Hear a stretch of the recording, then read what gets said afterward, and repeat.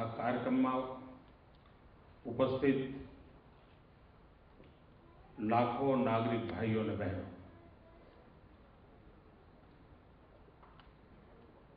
આજે 6 એપ્રિલ પૂજ્ય મહાત્મા ગાંધીએ માર્ચ મહિનામાં જે દાંડી યાત્રાનો આરંભ કરેલો અને જેણે 6 એપ્રિલે દાંડીમાં જઈને અંગ્રેજોના શાસનથી મુક્તિ માટેની હલક જગાવી હતી અને મીઠાની એક ચપટીએ આખી અંગ્રેજ સલ્તનતને ઉખાડી ફેંકવા માટે કરોડો દેશવાસીઓમાં જોમ પૂર્યું હતું. મીઠાની એક ચપટી આઝાદીના આંદોલનની અંદર એક નવો પરિવર્તન લાવનાર યોગ બન્યો હતો. 6 એપ્રિલ ભગવાન ઈસુના જીવનમાં પણ ગુડ ફ્રાઇડે ભગવાન ઈસુનો વધ થયો હતો અને 6 એપ્રિલે એમની માન્યતા પ્રમાણે રીકાર્નેશન અને કલ્પના, દયા અને પ્રેમની વાત લઈને જગત સુધી પહોંચી હતી. 6 એપ્રિલ હિન્દુસ્તાનના રાજકારણમાં એક રાજકીય વિચારધારાને જન્મ મળ્યો. ભારતીય જનતા પાર્ટી એક પક્ષ તરીકે આજથી 30 વર્ષ પહેલા જન્મી અને 30 જ વર્ષના ટૂંકા ગાળામાં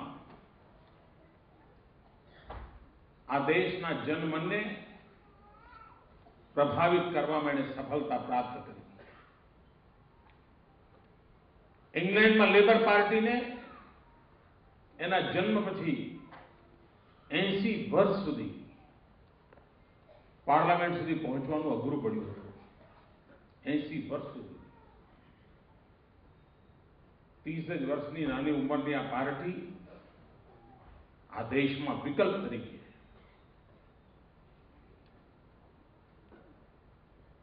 અને એક મજબૂત વિકલ્પ તરીકે ઉપસી આવી.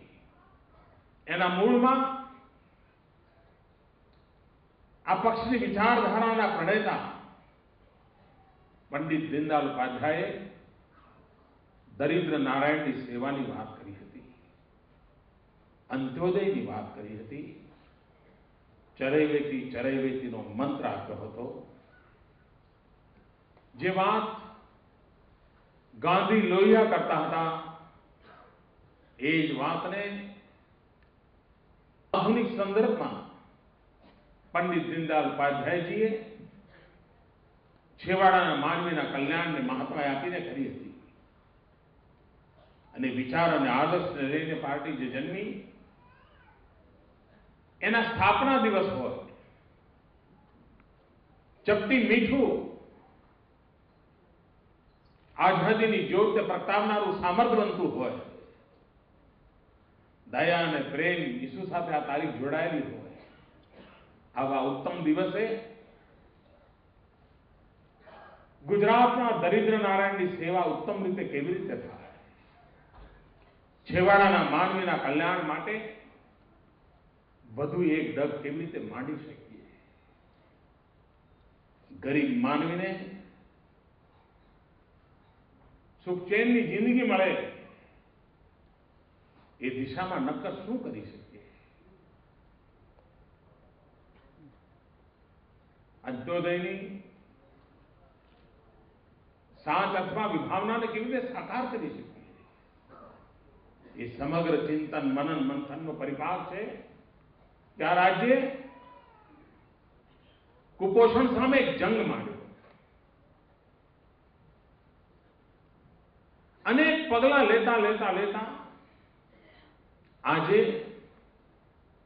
ગરીબના ઘર સુધી સોયાબીન પહોંચાડવાની વાત લઈને આપણે આગળ આવ્યા છીએ.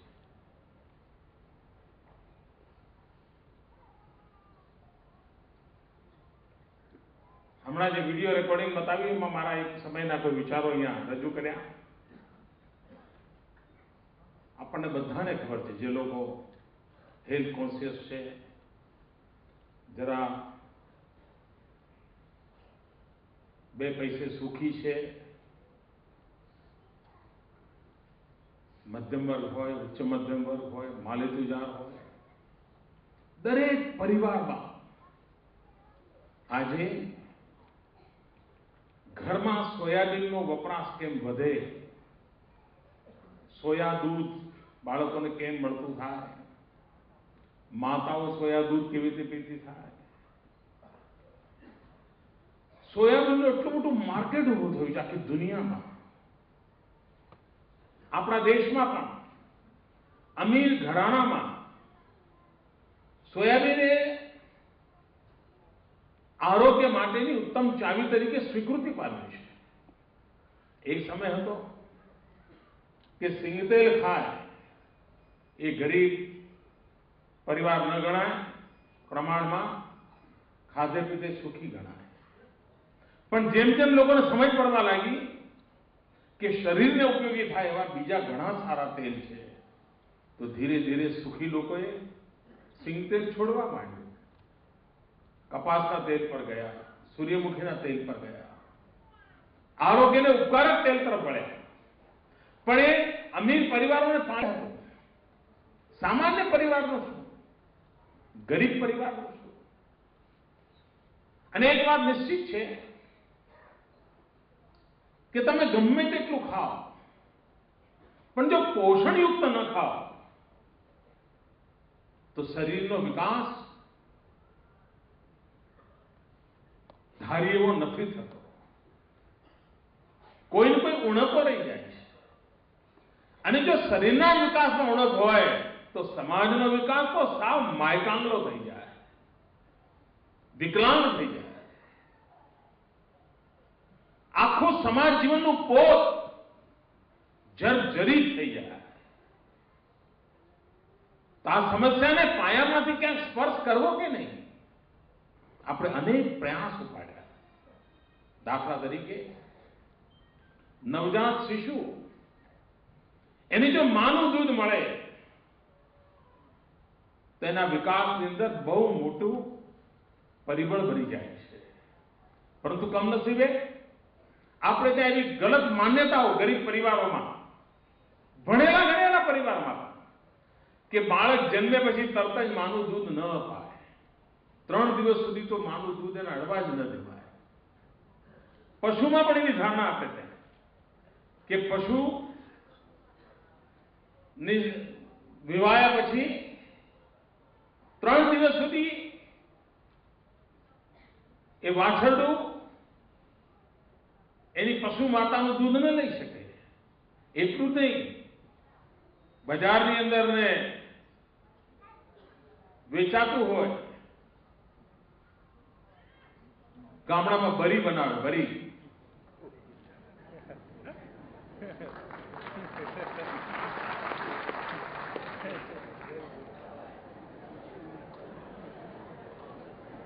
અહીં આગળ જલ્દી ન સમજાવું, ત્યાં જલ્દી સમજાય.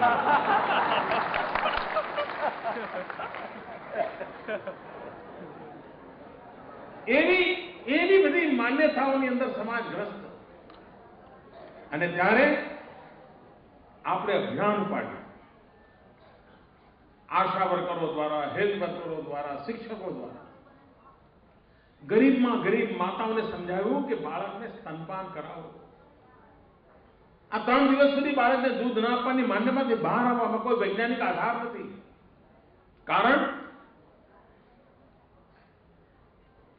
ગુજરાતનું બાળક જન્મતાની સાથે કુપોષણનું ભોગ ન બને.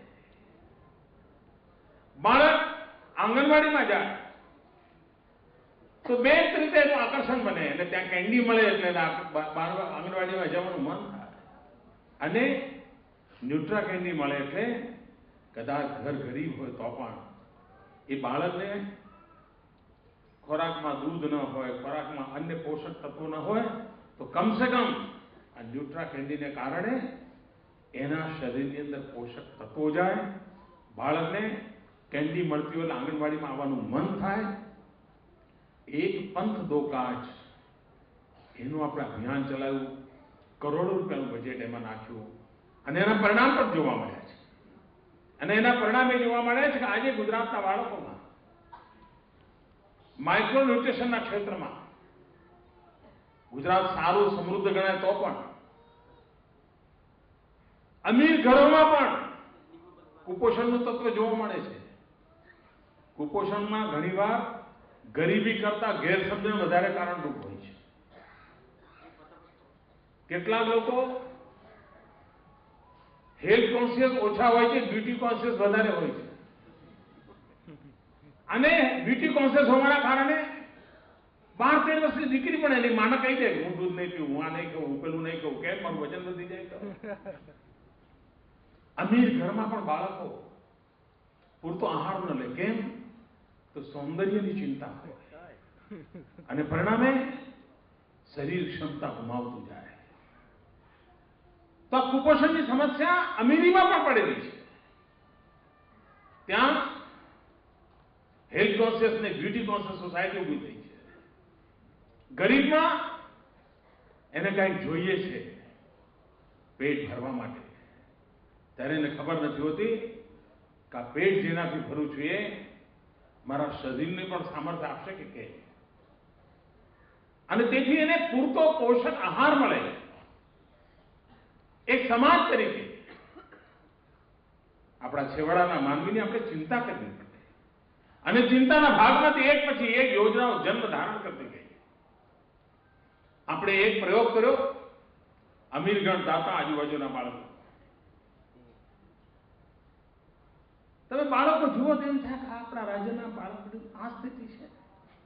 એના ચહેરા પર કોઈ ચમક હોય નહીં તો બાળક એટલે આમ તમને ફૂલ ગુલાબી આમ એવું 5-50 બાળકોને જોયું ને કેવો જરા બગીચામાં ઉભા હોય એવું લાગે. એમાંથી વિચાર આવ્યો સંજીવની દૂધ યોજના અને ફોર્ટિફાઈડ મિલ્કનો પ્રયોગ શરૂ કર્યો. દાંતા અમીરગઢ તાલુકામાં પહેલા પ્રાયોગિક ધોરણે કર્યું અને દરેક બાળકને ફોર્ટિફાઈડ મિલ્ક દરરોજ મળે એની વ્યવસ્થા કરી. 3 જ મહિનામાં એ બાળકોમાં ચેતના જોવા મળી, એકદમ ચેન્જ જોવા મળી. સરકારને આર્થિક રીતે ભારણ પડ્યું પણ ગરીબ માણસને ઉપયોગી થાય એવી કોઈ બધી વ્યવસ્થા. ધીરે ધીરે જ્યાં સૌથી વધારે એવી તકલીફ છે એવા બાળકો સુધી આ સંજીવની દૂધ યોજના પહોંચાડવા માટેનો આપણે મથામણ આદરી. ચાહે નર્મદા જિલ્લો હોય, ચાહે પંચમહાલ દાહોદ જિલ્લો હોય, ચાહે ઉત્તર ગુજરાત હોય, કે જ્યાં આ પ્રકારની ગરીબીનું તત્વ છે ત્યાં આ પ્રકારની ચીજો પહોંચાડવાનો પ્રયાસ કર્યો.